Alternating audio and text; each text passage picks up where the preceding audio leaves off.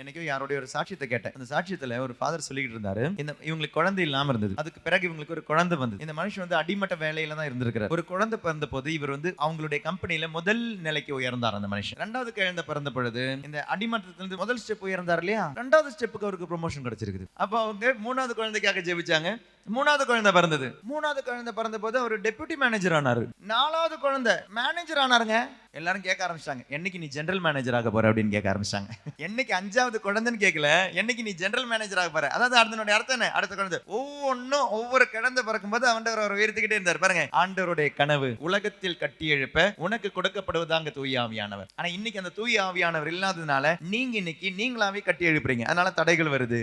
எப்படி குடும்ப வாழ்க்கை நடத்தணும் தெரியல. இன்னைக்கு நீங்க உங்களுடைய சுயநலத்துல கட்டி எழுப்புறீங்க. உங்களுக்கு ஒரு பையனா இருக்கலாம், 2 பையனா இருக்கலாம், 3 பொண்ணா இருக்கலாம். நீங்க இன்னைக்கு கட்டி எழுப்பிக்கிட்டு இருக்கீங்க. உங்களால கட்டி எழுப்ப தெரியல. ஏன்? தூய ஆவியானவர் இல்ல. சுருக்கமா சொன்னா, இறை அரசை கட்டி எழுப்புவதற்காக தான் தூய ஆவியானவர்.